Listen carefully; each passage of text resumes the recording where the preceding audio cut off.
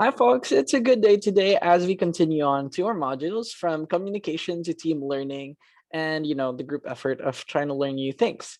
So we're going to be talking about behaviors, myths that we're going to bust, ideologies that you want to catch up on, and everything that's learning related. But we're going to try and compress these into three minimum tips. Three compressed tips. So I hope that's okay with you guys. And in order to not take your time out for long or drag you on to the whole lesson, let's try to talk about this as if we're having a conversation. So, without further ado, let's try with tip number one. Don't be a dunce. If you're familiar with the concept of dunce, the one that sits in a corner and the one that's excluded because, they're slow learners. Well, I don't think the 20th century is still up for that, or 21st century is still up for that. But if in any case, if you're not familiar with a dunce is a slow learner. And for some reason, it does remind us of the Dunning-Kruger effect, which is a psychological concept discussed by David Dunning and Justin Kruger back in their paper in 1999. So what is the Dunning-Kruger effect? The Dunning-Kruger effect states that people who overestimate their abilities are actually lower than they think in their, estimation scale. And people who are really good tend to underestimate themselves. So if you find yourself underestimating, then maybe that's a sign. But anyways, if we're talking about learning, what would you think would be better in terms of the Dunning-Kruger effect? Would you rather overestimate yourself or would you rather underestimate yourself? Both isn't, well, mentally or psychologically healthy.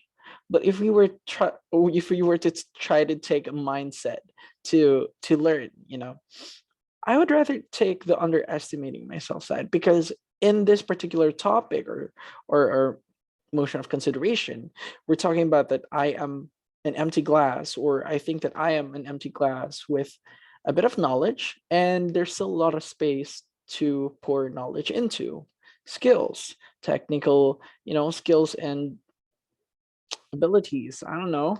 But with that kind of ideology, I'm opening up to the idea that I have to learn more, which is the right mentality to start with if you really want to learn, right? There's a need to learn.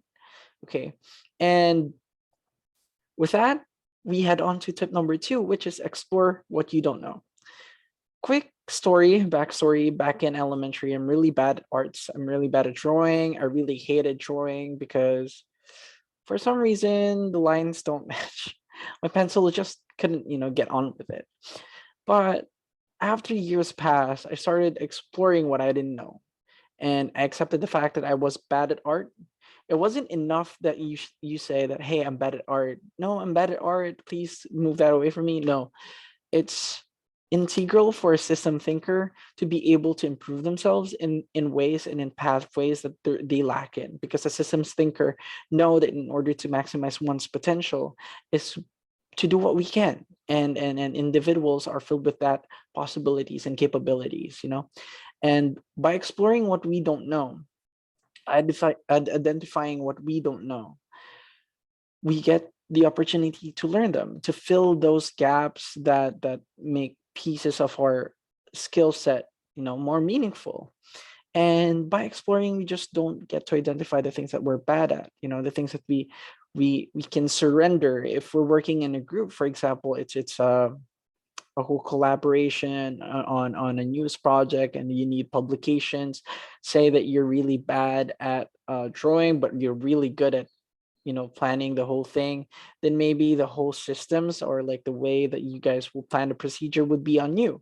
So exploring the things that you don't know does not only allow you to learn new things, but to take advantage of people, of their skills rather, and assign them to the right place while you sit there to learn or shadow the person who's doing it. Next, learn the fundamentals and then deconstruct them. We've tackled this on the previous module, that in every ideology or every idea that we try to make, we can deconstruct them into their pros and cons. What I really like about learning technical ideologies, or particularly theoretics from different people, especially those who have done amazing things back in the past, management systems and theories, especially psychological theories. If you know them by hand, you get to deconstruct them from their pros and cons. And by doing this, you get to not only identify when to use them, but also make the most out of the theory and maybe even make your own theory out of it. So if you try to separate the pros and cons, and maybe you can identify that, hey, this works best for this particular situation, we should use this only for this, and it's not good to use it for situation B, for example. So always remember the three important tips. Number one, don't be a dunce. Number two, explore what you don't know.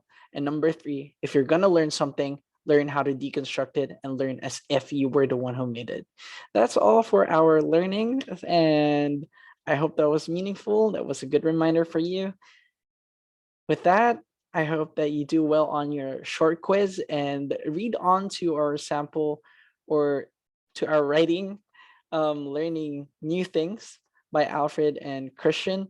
They will talk about what learning is for them, and they'll try to explicate how learning was for them. So yeah, it is a sample experience for you to try to reflect on and learn from. That would be all, and thank you for watching.